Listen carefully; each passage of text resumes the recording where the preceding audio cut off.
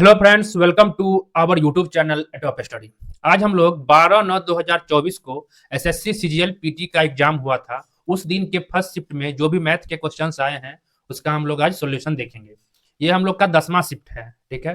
Total 36 shift में exam हुआ था सीजीएल पीटी का 2024 में। ये 10वां शिफ्ट के मैथ का वीडियो है। ये ऑलरेडी 9 शिफ्ट का वीडियो अपलोड किया जा चुका है। ये 10वां है, 36 हम लोग को करना है। तो इस शिफ्ट में पूछे गए मैथ के क्वेश्चन को देखते हैं। चलते हैं मैथ के क्वेश्चन पे। फर्स्ट क्वेश्चन है, एक परीक्षा में अंग्रेजी और गणित में प्राप्त अंकों के आधार पर 100 छात्रों का वर्गीकरण नीचे दी गई तालिका में दिया गया है। तालिका का अध्ययन कीजिए और निम्नलिखित प्रश्न का उत्तर दीजिए। 50 में से अंक यानी 50 मार्क्स का है, इसमें से दिए गए अंक हैं। तो विषय 3 विषय है। 40 या उससे अधिक अंक कितने बच्चे लाए हैं वो दे रखा है। अंग्रेजी में 10 बच्चे हैं 40 से अधिक लाए हैं। गणित में 3 बच्चे हैं 40 से अधिक लाए हैं। इसी प्रकार दोनों विषय का दे रखा है, जो मतलब ये मार्क्स है, जितना से अधिक कितने बच्चे हैं, ठीक है। ये आंकड़ा है, तालिका है। अब क्वेश्चन पूछ रहा है, यदि गणित में उच्च अध्ययन करने के लिए गणित में कम से कम 40% अंक आवश्यक है तो कितने छात्र गणित में उच्च अध्ययन करने के पात्र होंगे। तो गणित में मिनिमम 40% मार्क्स आना चाहिए, तभी वो उच्च अध्ययन के लिए योग्य है। तो आंकड़ा से पता करते हैं कितने योग्य है। 50 अंक का है पेपर, तो 50 में हमें लाना है 40%। तो 50 का 40% कितना होता है 20, यानी 20 से अधिक लाना है। तो कितने बच्चे 20 से अधिक है मैथ में देखना है। मैथ में देखिए 20 से ऊपर कितने बच्चे हैं 65।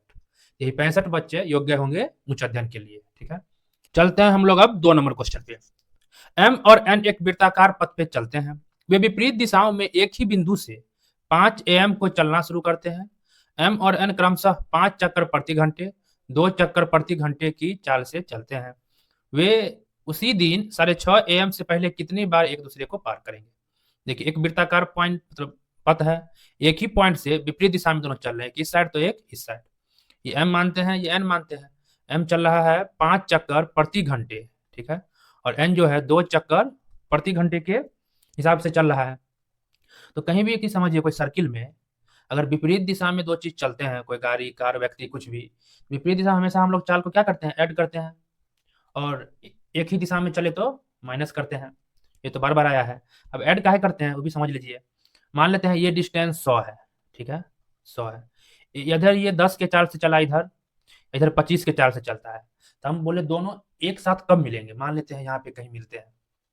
तो ये भी चलते चलते यहाँ तक आया 10 के चाल से, ये भी चलते चलते यहाँ तक आया 10 की चाल से। अगर मान लेते हैं टी समय तक चला होगा तो ये भी यहाँ से मान लेते हैं ए है 10 वाला, यहाँ पहुंचने में टी समय ये लिया होगा, यहाँ पहुंचने में टी समय ये भी लिया होगा। दोनों एक ही समय में मिल रहे हैं, तो कितना समय लिया होगा। तो समय बराबर क्या होता है दूरी बट्टा चाल। तो दूरी देखिए, देखिए समय वही है, दूरी जो है टोटल 100 है, और चाल क्या है उसी समय के लिए ये भी चल रहा है, उसी समय के लिए ये भी चल रहा है। दोनों चाल 25 और 10 हम लोग 35 कर सकते हैं। यानी डिस्टेंस को ऐड की, टोटल डिस्टेंस ले लीजिए और चाल को ऐड किए, क्योंकि दोनों चल रहा है, घटाएंगे क्या है, दोनों एक ही समय में साथ में चल के यहाँ पहुंच रहा है, इसलिए हम लोग चाल को ऐड कर दिए। तो जब भी इस तरह समय निकालना होता है कितना समय पहली बार मिलेंगे, तो वो बीच का डिस्टेंस यानी वृत्ताकार पथ का डिस्टेंस लेना है, और एक ही दिशा में है तो चाल को जोड़ देना है। ये काम हम लोग हमेशा करते हैं, तो वो समय निकलता है जो हम लोग कब मिलेंगे। वही चीज यहाँ दिमाग लगाइए। मान लेते हैं वृत्ताकार पथ का कुछ लंबाई होगा, ठीक है। डिस्टेंस को डी मानिए, 1 मानिए, कुछ भी मान लेते हैं, ठीक है। डिस्टेंस को कुछ भी मानिए, 100 भी मानिए, कुछ मानिएगा, सब पे बनेगा। हम मान लेते हैं 1 ही माने डिस्टेंस को, या डी ही माने। तो समय क्या लगेगा, समय बराबर एक बार मिलने में, डिस्टेंस यदि 1 है, चाल ऐड करिए, 5 2 7, यानी 7 चक्कर प्रति घंटे, यानी समय बराबर दूरी बटा चाल की है, यानी 1/7 घंटे, घंटे में समय है, इतने घंटे में वो एक टाइम मिलेंगे। ये क्लियर। और हमें इसको बदलते मिनट में, मिनट बदलने के लिए क्या करेंगे 60 से गुना, गुने 60, यानी कि 60/7 मिनट में हम लोग एक बार मिलेंगे। कुल समय कितना है 5 AM में चले थे, 6:30 AM तक बताना है हम लोग कितनी बार मिलेंगे, यानी 1.5 घंटा में 1.5 घंटा, यानी कि 90 मिनट में बताना है कितनी बार मिलेंगे। अगर हम 90 मिनट में कितनी बार मिलेंगे ये बताना है, यदि हम बोले 10 मिनट में एक बार मिलते हैं, 9 मिनट में 9 बार मिलेंगे, यानी 10 से इसमें भाग दिए, तो वही बात है 90 मिनट में कितना बार मिलेंगे बताना है। एक बार मिलते हैं 60/7 मिनट में, तो बराबर 90, ये 7 ऊपर और ये 60 नीचे, 0 से 0, 9 7 63/6, ठीक है। 3 से ही भी गया 21, 3 दूना 6, क्या गया 10.1/2, यानी कि 10.1/2, यानी कि 10 तो क्लियर है, 10 बार तो हम मिलेंगे ही मिलेंगे, आधा थोड़ी मिलना होता है कोई, तो ये हट गया, यानी कि 10 बार हम लोग जरूर मिलेंगे। ये क्लियर हो गया होगा। चलते हैं नेक्स्ट क्वेश्चन पे, 3 नंबर पे। दी गई पाई चार्ट का ध्यानपूर्वक अध्ययन करें और उसके बाद पूछे गए प्रश्न का उत्तर दें। ठीक है, क्वेश्चन पूछ रहा है यदि स्टार्टअप की कुल संख्या 2910 है तो शिक्षा और कृषि क्षेत्रों पर स्टार्टअप की संख्या ज्ञात करें। शिक्षा और कृषि यानी एजुकेशन और एग्रीकल्चर पर, एजुकेशन यहाँ है और एग्रीकल्चर यहाँ है, इस पे कितना खर्च है? तो 24 और 12 36%, तो 2910 का निकाल दीजिए 36%। बताया समझ में? वही क्या होगा, आंसर आ जाएगा। इसे मल्टीप्लाई करिएगा, जिससे करीब आएगा 1047 पॉइंट समथिंग आएगा। ठीक है, तो ये आंसर हो गया। चलते हैं नेक्स्ट, देखते हैं 4 नंबर क्वेश्चन। इसका मान बताना है क्या होगा। तो जब भी ट्रिगोनोमेट्री का क्वेश्चन आए इस तरह, तो इसे हम कैलकुलेट करके निकालेंगे, मतलब ट्रिगोनोमेट्रिक फार्मूला का यूज करके, नहीं तो वैल्यू पुट पर बनाइए। जैसे थीटा का कुछ ऐसा वैल्यू लीजिए जो इसमें पुट करने पर इस चारों ऑप्शन में किसी से वो टकरा जाए तो आंसर मार देना है। ठीक है, जैसे हम थीटा 0 लेके चलते हैं। थीटा क्या लेते हैं? 0 डिग्री। तो साइन 0 क्या होता है? 0। ऊपर देखिए साइन 0 0 घट्टे 2 गुने 0 0 बट्टे कॉस 0 होता है 1, यानी कॉस की 1 क्यों 1 ही रहेगा, तो 2 गुने 1 माइनस 1, यानी यहाँ क्या बचा? 0 बट्टे 2 में से गया 1, यानी ये पार्ट क्या हो गया? 1 से 0 में भाग देंगे, ये पार्ट 0 हो गया पूरा। ये 0 मतलब इसमें गुना करेंगे तो भी पूरा 0 ही होगा। इधर बच गया minus sec square theta. Theta लिए हैं 0, तो सेक 0 का वैल्यू क्या होता है? ये भी 1 होता है, तो माइनस में 1 का स्क्वायर, तो माइनस 1 क्या हो गया इसका आंसर। ये हो गया वैल्यू पुट करके। ठीक है, जब वैल्यू पुट करके नहीं बने, जैसे बन ही जाता है, अगर नहीं बने तो फिर हम लोग हल करेंगे। ठीक है, जैसे हल करके ही बता देते हैं उस तरह कैसे बनता है। Sine theta minus 2 sine cube theta बट्टे 2 cos cube theta minus cos theta, इसका पावर 3 है, इंटू में 1/tan theta minus sec square theta. अब इसे हल करके बताते हैं। देखिए साइन कॉमन लेंगे यहाँ से, साइन थीटा तो क्या बचेगा? 1 माइनस 2 साइन स्क्वायर थीटा। नीचे देखिए कॉस कॉमन लेंगे, क्या बचेगा? 2 कॉस स्क्वायर थीटा माइनस 1, ये पूरा का पावर 3 अभी है ही, गुने में 1/tan थीटा है माइनस सेक स्क्वायर थीटा। ये साइन थीटा बटा कॉस थीटा क्या होता है? Tan theta. ये हो गया टेन थीटा। देखिए इसको हम इस तरह लिख सकते हैं 1 minus sine square theta minus sine square theta 2 बार है, नीचे लिख सकते हैं cos square theta plus cos square theta minus 1, ये पूरा का पावर क्या है? क्यू, गुने में 1/tan थीटा है ही माइनस में सेक स्क्वायर थीटा है। ठीक है, देखिए क्यू है तो यहाँ पर लिख सकते हैं, इधर लिख रहे हैं tan क्यू थीटा हम लोग लिख सकते हैं, ये क्यू देखिए गुने 1/tan थीटा, इसे साथ लिख देते हैं 1/tan थीटा। अब कोष्ट वाले को लिखते हैं। देखिए हम लोग जानते हैं cos square theta plus sine square theta बराबर क्या होता है? 1, तो यहाँ से हम लोग कॉस स्क्वायर थीटा बराबर क्या बोल सकते हैं? साइन स्क्वायर थीटा को इधर भेजेंगे तो 1 माइनस साइन स्क्वायर थीटा, यानी 1 माइनस साइन स्क्वायर थीटा लिख सकते हैं कॉस स्क्वायर थीटा। वहाँ पुट कर दिया कॉस स्क्वायर थीटा, माइनस में बच गया साइन स्क्वायर थीटा बट्टे, यहाँ देखिए कॉस स्क्वायर थीटा माइनस 1 को हम लोग क्या लिख सकते हैं? माइनस 1 इधर भेजते हैं हम, तो 1 को कॉस स्क्वायर थीटा इधर आएगा -1 बराबर, इसको इधर भेजेंगे तो माइनस साइन स्क्वायर थीटा, इसको हम पुट कर सकते हैं। देखिए कॉस स्क्वायर थीटा ये चीज़ यहाँ लिख दिए, और ये कॉस स्क्वायर थीटा -1 के बदले माइनस साइन स्क्वायर थीटा लिख दिए। इसका पावर अभी 3 है ही, माइनस में सेक स्क्वायर थीटा भी बचा हुआ है। ये पावर 3 है, यहाँ पावर 1 है, तो घट के यहाँ पावर 2 बच जाएगा, या काट के पावर 2 बचना चाहिए। यहाँ बच गया tan स्क्वायर थीटा, ये एक ही चीज़ है, कट के 1 बचा, 1 के पावर 3 एक ही, तो कुछ नहीं रहा यहाँ पर, घटे सेक स्क्वायर थीटा। अब देखिए इसमें से अगर माइनस कॉमन लेंगे तो माइनस वाला प्लस में चल जाएगा, यानी सेक स्क्वायर थीटा प्लस वाला माइनस में हो जाएगा, माइनस tan स्क्वायर थीटा। अब sec square theta minus tan square theta का वैल्यू होता है 1, तो -1, तो माइनस से क्या हो गया इसका आंसर। आ गया होगा समझ में? हमेशा पहले वैल्यू पुट पर ही बनाना है, थीटा का कुछ वैल्यू लेना है उस पर ही बना देना है, नहीं बनेगा तब हमें इस तरह हल करना है। ठीक है, नेक्स्ट चलते हैं 5 नंबर पर। 2 cosec square theta plus 3 cot square theta बराबर 17, तो थीटा का मान क्या होगा बताना है। ठीक है, यहाँ देखिए 2 cosec square theta plus 3 cot square theta बराबर है 17।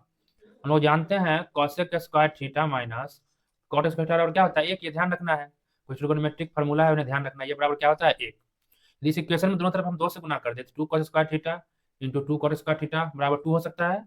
अब इस इक्वेशन को देते हैं घटा, ये प्लस ये माइनस ये माइनस, देखिए ये खत्म, यहाँ जुट के हो जाएगा 5 cot स्क्वायर थीटा बराबर 17 में से 2 गया 15, यहाँ से cot स्क्वायर थीटा बराबर 15/5 यानी कट के 3, तो cot थीटा बराबर क्या हो जाएगा? स्क्वायर जाएगा तो √3 होगा। cot कितना का वैल्यू 3 होता है? तो cot 30 का वैल्यू, थीटा बराबर 30 आ गया। ठीक है, चलते हैं नेक्स्ट 6 नंबर पे। 2 पाइप ए और बी एक टंकी को क्रमशः 10 मिनट और 20 मिनट में भर सकते हैं। 2 पाइप है ए और बी, एक टंकी को 10 और 20 मिनट में भर सकते हैं। एक पाइप सी है जो 30 मिनट में खाली कर सकता है। ठीक है, प्रारंभ में तीनों पाइप एक साथ खोले जाते हैं, हालांकि टंकी भरने से 2 मिनट पहले पाइप सी को बंद कर दिया जाता है। तो कितने समय बाद टंकी भरेगी? देखिए, पहले हम लेते हैं एलसीएम। एलसीएम हमेशा लेते हैं इसलिए जो भी आंकड़ा आएगा, यहाँ पे डाटा आएगा जो भी, वो इन तीनों से कटेगा और उसे हम पूरा टंकी का क्षमता मानेंगे। हम कुछ भी लेंगे सब पे बनेगा, एलसीएम लेते हैं जो काटने में सहूलियत होता है। तो 10, 20, 30 का एलसीएम 60। टोटल टंकी की क्षमता 60 समझना है, जो टंकी जो है 60 लीटर का है, समझ जाइए। ठीक, तो 10 मिनट में हम भरते हैं 60, तो 10 से 60 में भाग दिए 6, ए का क्षमता 6, बी का क्षमता 20 से भाग दिए 3 और सी का क्षमता 2। इसका मतलब ए जो है पर मिनट 6 भरेगा, बी पर मिनट 3 भरेगा और सी पर मिनट 2 खाली करेगा, ये खाली करने वाला है। ठीक है, टोटल 60 है टंकी। टंकी भरने से 2 मिनट पहले सी को बंद करते हैं। स्टार्टिंग में तीनों साथ में चलता है, तीनों साथ में चलेगा तो कितना पानी भराएगा पर मिनट? 6, 3, 9, दोनों मिलकर भरेगा, ये 2 कम कर देगा, यानी 6, 3, 9 में से 2 गया 7। यानी जब तीनों रहता है साथ में तो मात्र पर मिनट 7 ही भर पाते हैं। ठीक, बट 2 मिनट पहले पाइप सी बंद कर दिया जाता है, तो लास्ट में 2 मिनट तक पाइप सी नहीं चल रहा है। कौन चल रहा है? सिर्फ ए और बी, कि लास्ट 2 मिनट सी बंद है। तो ए और बी जब साथ में चलता है तो 6, 3, 9 भरता है, तो 2 मिनट में कितना भर देगा? 2 9 18 भर देगा लास्ट में। 2 मिनट जब तक सी बंद था, तो 18 को हम माइनस करते हैं इसमें से, बच गया 42। 18 को कौन भरा? लास्ट में ए और बी मिलकर, जब सी बंद था। ये 42 भरा होगा कौन? ये तीनों शुरू से साथ में चल रहा था, तो तीनों मिलकर पर मिनट 7 भरते हैं, तो 42 भरने में कितना समय लेगा? 7 चक 42, 6 मिनट इधर लगाएगा समय और 2 मिनट यहाँ लिया लास्ट में, तो 6 2 टोटल 8 मिनट लगे उस टंकी को भरने में। यही पूछ रहा था हम लोग से। चलते हैं 7 नंबर पे। दो वृत्त है C1 और C2 एक दूसरे को बाह्य रूप से स्पर्श करते हैं। तो C1 की त्रिज्या बराबर 16 सेंटीमीटर और C2 की त्रिज्या 8 सेंटीमीटर है, तो उनकी उभयनिष्ठ स्पर्श रेखा की लंबाई क्या होगा? बाहर से स्पर्श करते हैं, एक वृत्त है C1, एक वृत्त है C2। ठीक है, ये C1 है और ये C2 है। उनकी त्रिज्याएं है 16, मिला देते हैं दोनों को, ये 16 है और ये 8 है। ये R1 ये R2 लेते हैं और उनके, ठीक है, उभयनिष्ठ स्पर्श रेखा की लंबाई बताना है। इस तरह टच करेगा स्पर्श रेखा, उसकी लंबाई बताना है। इसे हम लोग सीधी स्पर्श रेखा कहते हैं। इसका लंबाई मतलब इसके डिस्टेंस निकालने का फॉर्मूला होता है L बराबर √d² minus R1 minus R2 का होल स्क्वायर। ठीक है, R1 R2 आप किसी को भी मानिए, तो दोनों त्रिज्याओं के अंतर का स्क्वायर करना है जब ये सीधी स्पर्श रेखा पूछे तब। ठीक है, डी क्या है? दोनों सेंटरों के बीच की दूरी। दोनों सेंटरों के बीच की दूरी क्या होगा? 16 और 8 24 होगा। तो L बराबर क्या? √d 24 का स्क्वायर माइनस दोनों रेडियस का अंतर 8, 8 का स्क्वायर। 24 का स्क्वायर 576 घटे 88 64 √, घट के आ गया 500/√। इसे कैलकुलेट करिएगा 16√2 आएगा। यही हो गया उस स्पर्श रेखा की लंबाई। ठीक है, और जब दो सर्किल अलग अलग होते हैं तब एक सीधी स्पर्श रेखा होती है, इसके लिए यही फॉर्मूला लगाना है इसमें भी, और एक इस तरह होती है, इसको आंतरिक स्पर्श रेखा या अनुप्रस्थ स्पर्श रेखा कहते हैं। इसके लिए L बराबर होता है, मतलब स्पर्श रेखा की लंबाई बराबर √d² distance minus R1 plus R2 होता है इसमें, बस ये ध्यान रखना है। ठीक है, यहाँ पे जब बाहर वाला पूछेगा इस तरह तो ये फॉर्मूला लगाना है। चलते हैं नेक्स्ट 8 नंबर पे। त्रिभुज PQR में भुजा QR पर S एक बिंदु इस प्रकार है कि त्रिभुज PQR में S QR पर एक बिंदु इस प्रकार है कि PS जो है QR पर परपेंडिकुलर है। तो निम्नलिखित में से कौन सा कथन सत्य होगा? इस पर 90 पर है, ये कह रहा है, ये 90 तरफ, ये 90 ही होगा। ठीक है, तो किसी भी समकोण त्रिभुज में से PSQ एक समकोण त्रिभुज हो रहा है, तो 90 जो डिग्री होता है इसके आगे वाला भुजा कहलाता है कर्ण। ठीक है, और शेष दो में एक लंब और एक आधार कहलाता है। इसको आधार कहिएगा तो ये लंब हुआ, और इसको आधार कहिएगा तो ये लंब हुआ, वो अब जिसको भी मानिए, मगर 90 के आगे वाले कर्ण होते हैं। और हमेशा ध्यान रखना है कर्ण का जो स्क्वायर होता है वो लंब का स्क्वायर प्लस आधार के स्क्वायर के इक्वल होता है। इसे पाइथागोरस के प्रमेय से प्राप्त करते हैं। ठीक है, यहाँ पर वही देखिए PQ का स्क्वायर, इस PQ का स्क्वायर हम लोग क्या लिख सकते हैं? ये PS का स्क्वायर और QS का स्क्वायर, तो ये PS का स्क्वायर प्लस QS का स्क्वायर। उसी प्रकार यहाँ लिख सकते हैं PR² बराबर ये PS का स्क्वायर और ये प्लस SR का स्क्वायर। ये स्क्वायर स्क्वायर में ही संबंध दे रखा है, इन दोनों से हम लोग पता करेंगे। दोनों में देखिए PS² है, दोनों को PS² के इक्वल करते हैं, तो PS² बराबर क्या लिख सकते हैं? ये PQ² है, इसको इधर भेजते हैं, तो PQ² उधर जाएगा घटे QS², ये हो गया PS का होल स्क्वायर। इसी प्रकार इसमें देखिए PS का स्क्वायर क्या लिखेंगे?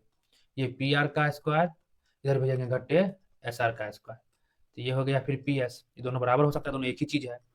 यहाँ पर लिखते हैं PQ का स्क्वायर माइनस QS का स्क्वायर बराबर PR का स्क्वायर प्लस SR का स्क्वायर। माइनस है, सॉरी। अब यहाँ देखिए पी क्यू का स्क्वायर माइनस है एस आर का, इसको इधर भेजेंगे तो प्लस में एस आर का स्क्वायर होगा बराबर, ये पी आर का स्क्वायर है ही, ये क्यू एस इधर भेजेंगे तो प्लस में क्यू एस का स्क्वायर। जिस ऑप्शन से टकराएगा वो, ये जिस ऑप्शन से टकराएगा वो आंसर होगा। देखिए पी क्यू का स्क्वायर, एस आर का स्क्वायर, पी आर का स्क्वायर और क्यू एस का स्क्वायर टकराया, ऑप्शन नंबर 2 आंसर। चलते हैं नेक्स्ट 9 नंबर पे। यदि 72864 स्टार, ये डॉलर का चिन्ह है, ऐसी संख्या है जो 8 और 5 दोनों से कटती है, ये जो है 8 और 5 दोनों से कट रही है, तो इसके और इसके स्थान पर क्या होना चाहिए बताना है। ठीक है, देखिए 8 और 5 दोनों से कटती है, तो 8 5 40, जो भी संख्या होगी उसका इकाई अंक 0 होना कंपलसरी है, काहे कि 8 में 2 शामिल है, इसके गुणनखंड में 2 और 5 होता है, उसका इकाई अंक 0 होगा ही होगा। ठीक है, फिर समझते हैं हम 5 से, कोई संख्या 5 से कब कटती है, जब इकाई अंक 5 हो या 0 हो, तो संख्या 5 से कटना ही कटना है। तो यहाँ तो 2 भी शामिल हो गया तो 5 तो छट गया, यानी कि इकाई अंक 0 होगा, ये क्लियर हो गया। और कोई भी संख्या 8 से कब कटती है, जब लास्ट का 3 डिजिट 8 से पूरा पूरा कटे, तो वो संख्या 8 से कटती है, तो लास्ट में है 4 फिर स्टार, ये 0 तो क्लियर ही हो गया, तो ये 8 से कटना चाहिए। तो हम यहाँ पर क्या पुट करें, देखिए 2 है और 4 है, 2 लेंगे तो नहीं कट रहा है, 4 ले रहे हैं तो 440 8 से कट रहा है, इसलिए 4 हो गया इसका आंसर, ऑप्शन नंबर। चलते हैं नेक्स्ट 10 नंबर पे। 12 संख्याओं का औसत 48 है, पहली 5 का एवरेज 45 है, अगली 4 का एवरेज 52 है। यदि 10वीं 11वीं से 10 कम है और 12वीं संख्या से 5 अधिक है, तो 11वीं और 12वीं संख्या का एवरेज क्या होगा। देखिए 12 का एवरेज क्या है 48, और फर्स्ट 5 का है 45, अगली 4 का है 52। तो देखिए 10वीं 11वीं और 12वीं संख्या लिखते हैं। 10वीं संख्या जो है 11वीं से 10 कम है, ये है जो 11वीं से 10 कम है, यानी ये x होगा, ये क्या होगा x माइनस 10, 10 कम है। और 12वीं से 5 अधिक है, 11वीं 10वीं के बारे में बोल रहा है, 10वीं जो है 11वीं से 10 कम है, ठीक है, फिर 10वीं ही है जो 12वीं से 5 अधिक है, ये जो है इससे 5 अधिक है, तो ये क्या होना चाहिए, अगर x माइनस 15 करते हैं तब तो ये 5 अधिक होगा ना, बात आ रहा है समझ में, इससे 5 अधिक है, यानी कि इसको 5 और कम कर दिए, इससे x माइनस 10 में 5 और घटा दिए था x माइनस 15 पर, तो तीनों संख्या इस तरह हम लोग मान सकते हैं। अब देखिए 12 का एवरेज 48 है, तो 12 का योग क्या होगा 48 गुने 12, इसमें से हटाइए किसको, इन पांचों को, 5 गुने 45, फिर इस 4 को हटाइए, 4 गुने 52। अब क्या बच गया इसमें, हाँ इसको हटा दीजिएगा, घटाने के बाद क्या प्राप्त होगा, 3 संख्या हमें प्राप्त होगी, यानी 5 संख्या और ये 4 संख्या को जब हटा देंगे तो अंत के 3 संख्या जो बचेंगे उनका योग मिलेगा हमें, ये क्लियर। इनको अंतर करने के बाद जो भी योग मिलेगा उसके इक्वल क्या करेंगे, x minus 10 plus x minus 15, ये बताया समझ में। यहाँ से हम लोग x निकाल लेंगे, जब x निकलेगा तो 10 10वीं 11वीं और 12वीं तीनों संख्या निकल जाएगी, तो 11वीं और 12वीं का हम लोग एवरेज भी निकाल सकते हैं। ये क्लियर हो गया होगा। टोटल 12 का योग में से हम इन पांचों का योग इन चारों का योग को माइनस किया, इसे कैलकुलेट कर लीजिए।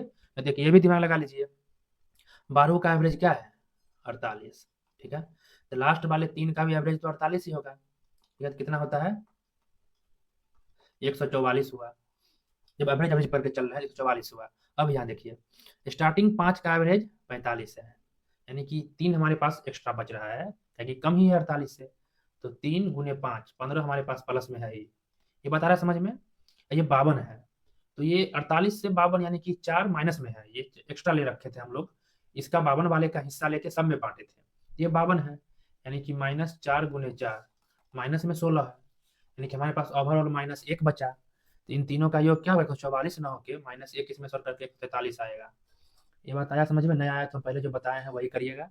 इन तीनों का योग x x x 3x minus 25 बराबर 143 हो गया, तो 3x बराबर यहाँ ऐड करिए, 5 3 8 4 2 6 168, एक्स बराबर क्या होगा 56, ये क्लियर, एक्स में 56 निकल गया। हमें बताना है 11वीं और 12वीं का औसत, एक है 56, एक है 56 में से हम 15 माइनस करेंगे कितना होगा 41, एक 56 है एक 41 है, दोनों को ऐड करके बटा 2 करना है, दोनों को ऐड किए 97 बटा में 2, ठीक है, आ गया होगा समझ में, आ जाएगा 48.5 उसका एवरेज।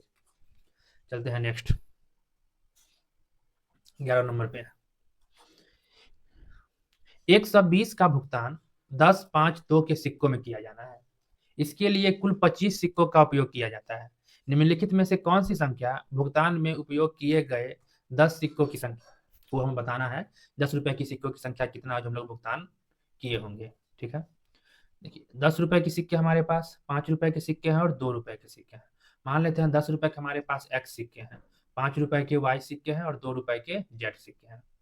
तो 10 रुपए के एक्स सिक्के हैं, टोटल 10 एक्स रुपया यहाँ से मिला होगा। 5 रुपए के वाई सिक्के और 5 वाई रुपया यहाँ से मिला होगा। 2 रुपए के जेड सिक्के हैं, 2 जेड रुपया यहाँ से मिला होगा। टोटल कितना है? 120 रुपए है।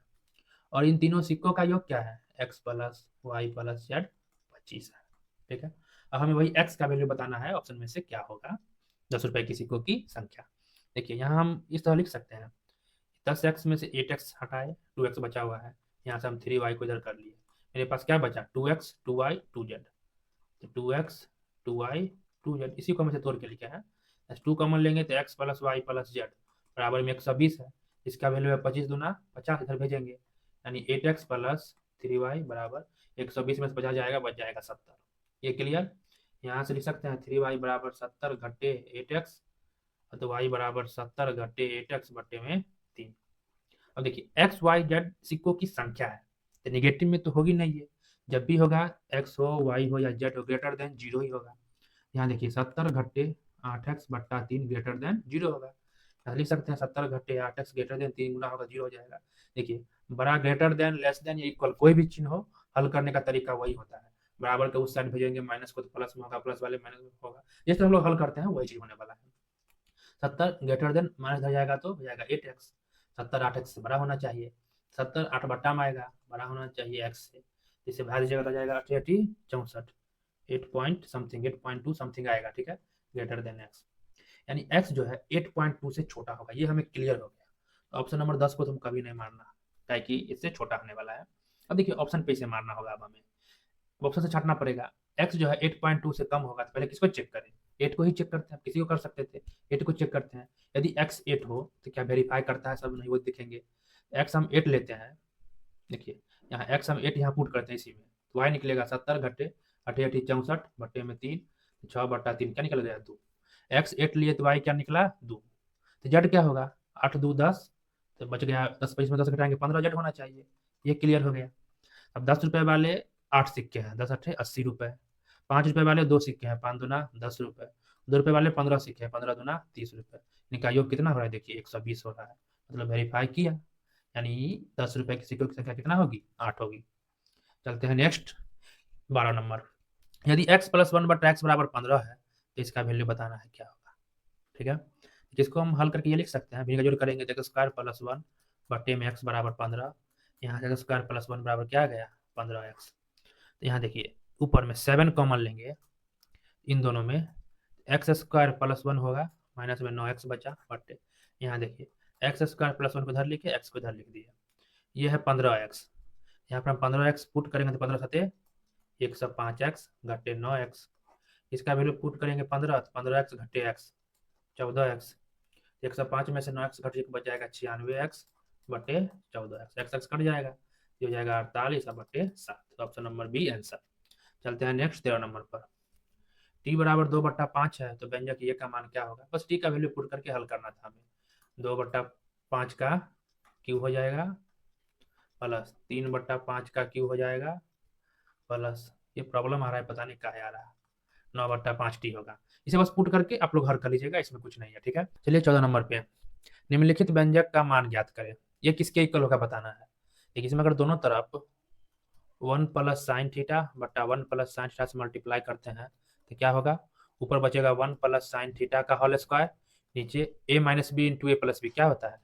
a minus B into A plus B, ये होता है A square minus B square. एक का स्क्वायर माइनस साइन थीटा का स्क्वायर, पर दो रूट में जब भी होता है 2 में से 1 निकालते हैं, तो 1 प्लस साइन थीटा 2 बार है तो एगो बाहर निकलेगा। ठीक है, रूट में से 4 होता है तो 2 गुने 2 2 में से 1 बाहर करते हैं। वही पर 1 प्लस साइन थीटा गुने 1 प्लस साइन थीटा 2 बार है तो एगो बाहर आया। ये नीचे है 1 minus sine square theta, 1 minus sine theta होता है कॉस स्क्वायर थीटा, ये ध्यान रखना है।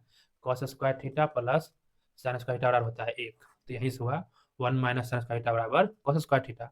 तो कॉस स्क्वायर थीटा 2 है, कॉस थीटा गुने कॉस थीटा तो 1 कॉस थीटा बाहर, ये आया। अलग अलग हम लिख सकते हैं, कहीं भी a प्लस बी बट्टे में c हो तो हम लोग a बट्टा सी प्लस b बट्टा सी लिख सकते हैं। वो यहाँ लिखिए 1 बट्टा cos theta plus sine theta बट्टे कॉस थीटा हम लोग लिख सकते हैं। 1 बट्टा कॉस थीटा होता है फॉर्मूला सेक थीटा और साइन थीटा बट्टा कॉस थीटा होता है tan theta. Option number 3 answer. Next चलते हैं 14 नंबर पर। त्रिभुज एबीसी और डीईएफ में, त्रिभुज है एबीसी और त्रिभुज है डीईएफ में ए बी, ये जो है एफ डी के बराबर है, ए है तो ये ए है, कोण ए जो है कोण डी के बराबर है। एस ए एस कसौटी के अनुसार दो त्रिभुज सर्वांगसम होंगे यदि, एस एस मतलब होता है साइड एंगल साइड, दो त्रिभुज के एक साइड बीच का एंगल प्लस फिर एक साइड ये बराबर हो।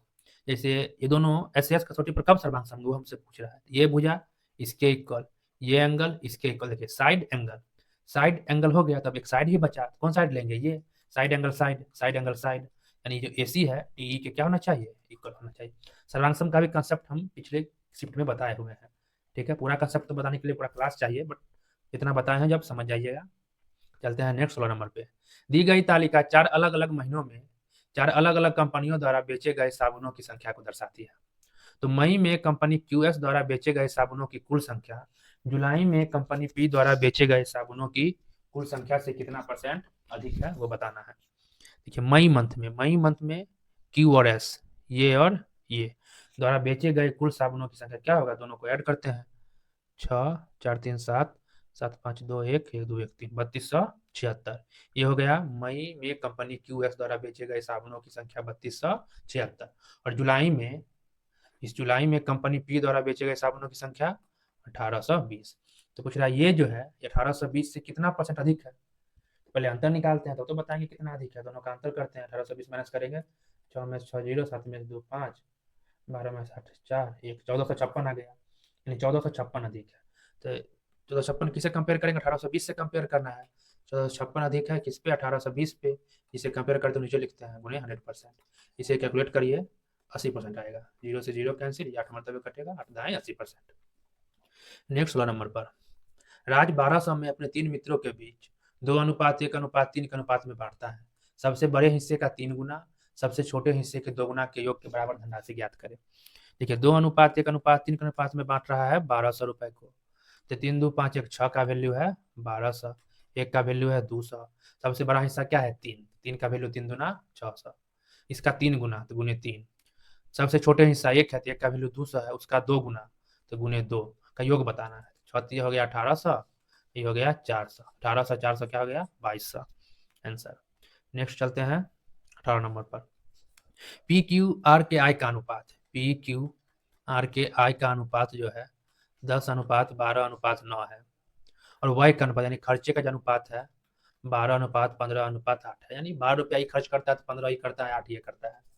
यदि क्यू के बारे में बोला है अपनी आय का 25% बचाता है, तो पी क्यू आर के बचत का अनुपात क्या होगा, सबके बचत का अनुपात बताना है क्या होगा। ये क्यू अपनी आय का 25% बचाता है, तो 25% मतलब होता है 1/4, मतलब क्या होता है 1/4, 4 में 1 बचाता है। तो क्यू जो है 4 रुपये इनकम करता है, आय कर रहा है, तो खर्च कितना कर रहा है वो, 1 तो बचा रहा है, तो खर्च 3 कर रहा होगा और बचत क्या कर रहा होगा 1, यही तो कर रहा है। 25% वो भाग बचाता है, यानी 4 इनकम है तो 4 का 25% 1 बचाता है तो 3 खर्च करता होगा।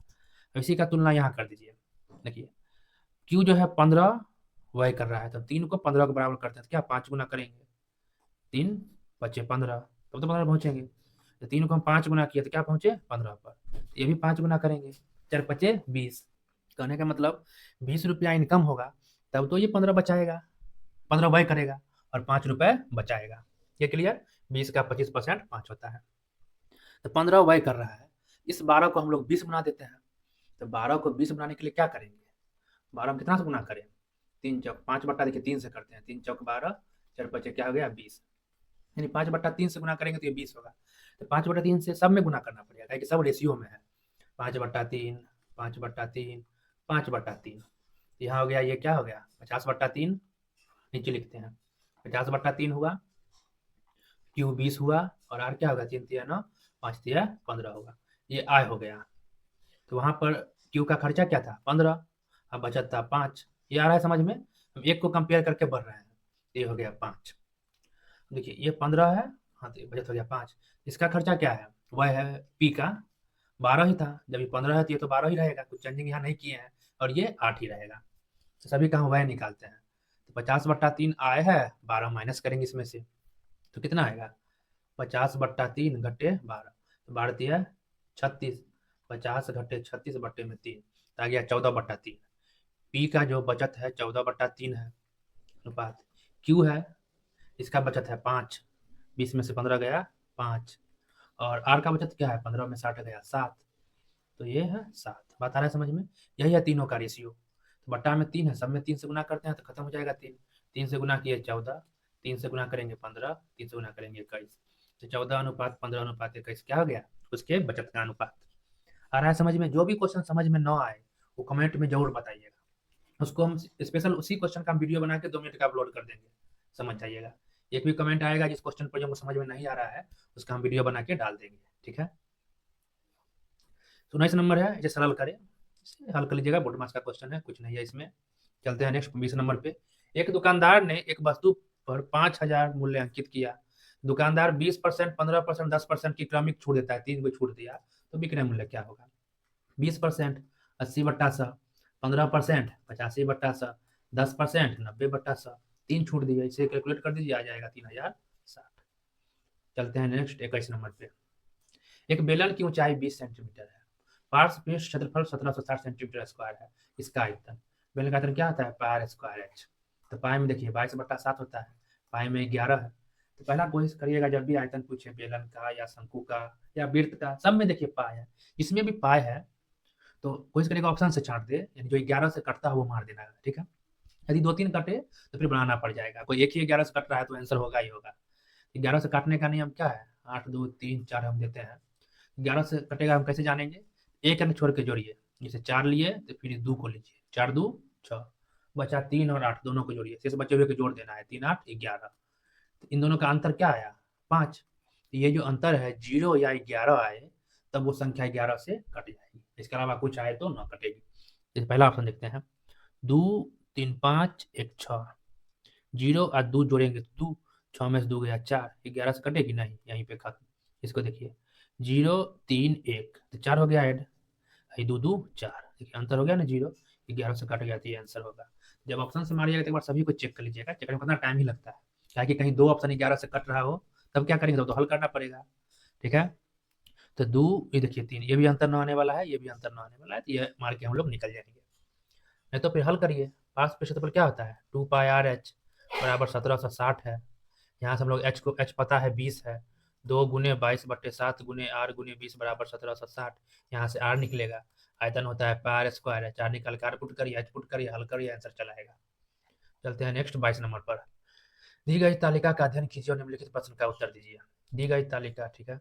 दिए गए वर्षों में किस वर्ष में बी प्रकार के रेफ्रिजरेटर के उत्पादन दिए गए वर्षों में उसके औसत उत्पादन सबसे करीब है, यानी बी प्रकार के रेफ्रिजरेटर के बारे में बोल रहा है, तो कितने वर्ष में ओवरऑल जो एवरेज आएगा वो कितने वर्ष में, किन वर्षों को मतलब करीब है बताना है, सबसे करीब था वो बताना है। तो बी का एवरेज निकालिए, एवरेज निकालने क्या करेंगे, सभी को जोड़ेंगे पांचों को और बट्टा में 5 करेंगे, वो एवरेज होगा। ये क्लियर, देख लेंगे किसके नजदीक है, इस तरह नहीं तो इस तरह निकालिए। देखिए सब 1800 से प्लस में, ये एगो बेस मानते हैं, 1800 क्या है, एवरेज है, 1800 प्लस ही जाने वाला है, मिनिमम 1800 को हम पकड़े हैं। अब किसी बीच वाले 1900 को भी पकड़ सकते हैं, वो आपके मर्जी पे है, ठीक है। 1800 लिए, देखिए सेकंड कितना अधिक है, 90 प्लस में है, थर्ड 110 अधिक है, फोर्थ 140 अधिक है, लास्ट वाला 160 अधिक है। सभी को जोड़िए, ये दोनों 200, 3 2 500, बता रहा है समझ में। 500 फालतू है, पांचों पे हर एक के हिस्सा पर 100 फालतू होना हुआ, यानी कि एवरेज क्या निकलेगा, 1900, जोड़ के 5 से भाग दीजिए, 1900 आएगा। 1900 का करीब कौन है, देखिए 1900 के करीब 1890, 1910, देखिए ये तो ज़्यादा करीब है, ये उतना करीब नहीं है, इसलिए तो फिर 12 13 दोनों आंसर ले लिया है। बताया समझ में, केवल 12 भी नहीं मारेगा कि 13 भी तो 10 का तो डिफरेंस है, 12 भी 10 का ही डिफरेंस है, 12 ज़्यादा का डिफरेंस है, या तो 12 मारे 13 मारे या दोनों मारे, तो दोनों वाला मारेंगे। नेक्स्ट चलते हैं 23 नंबर पर। साधारण ब्याज की निश्चित दर पर निवेश करने पर एक निश्चित धनराशि 14 वर्षों में स्वयं की 7 गुना हो जाती है। इसी ब्याज दर पर स्वयं की 18 गुना होने में कितना समय लगेगा। देखिए स्वयं की 14 वर्षों में 7 गुनी होती है, यानी 1 रुपया 7 रुपया हो रहा है, यानी ये धन है, ये मिश्र धन हो रहा है, ये बोल रहा है। तो कितना ब्याज मिला होगा, ब्याज तो 6 ही रुपया मिला होगा एक पर, ये बात समझे, ये बोला। तो SI बराबर क्या होता है, P गुने R गुने T बट्टे 100। SI 6 कब मिला है, धन 1 था, रेट नहीं पता है, टाइम है 14 वर्षों में, बट्टे 100, इसे ही काटिए, ये 7, ये 50, तो रेट आ गया 300 बटे में 7 आएगा। इतना परसेंट रेट से चल रहा है। अब सेकंड कंडीशन में इसी ब्याज दर पर, इसी रेट पर स्वयं का 18 गुना होने में कितना समय लगेगा, यानी 1 का 18, 17 का ब्याज यहाँ भी, तो वही ब्याज बराबर धन एक ही है। रेट हम जानते हैं 300 बट्टा 7 मिल गया है। टाइम बताना है 29 बट्टे 100, इसे कैलकुलेट करिए, 0 से 0 खत्म, तो टाइम बराबर 17 गुने 7 बट्टे में 3, इसे कैलकुलेट करिए, आंसर आएगा। पता रहा होगा समझ में, 149 बट्टा 3 हमने काट कर दीजिए, जो आएगा वो आंसर। चलते हैं नेक्स्ट 24 नंबर पे। एक त्रिभुज के तीनों कोण के मापों का अनुपात 17:13:15 है। इन तीनों कोणों में सबसे बड़े और सबसे छोटे कोणों के बीच का धनात्मक अंतर बताएं। किसी भी त्रिभुज के तीनों कोणों का योग क्या होता है, 180 डिग्री, हमेशा ध्यान रखना है।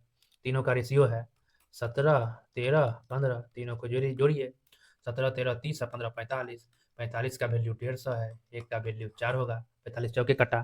तो सबसे बड़े और सबसे छोटे कोण के बीच का अंतर, सबसे बड़ा है 17, सबसे छोटा है 13, दोनों का अंतर है 4, 4 का वैल्यू 4 गुने 4, तो 4 चौक 16 डिग्री, ऑप्शन 2 आंसर।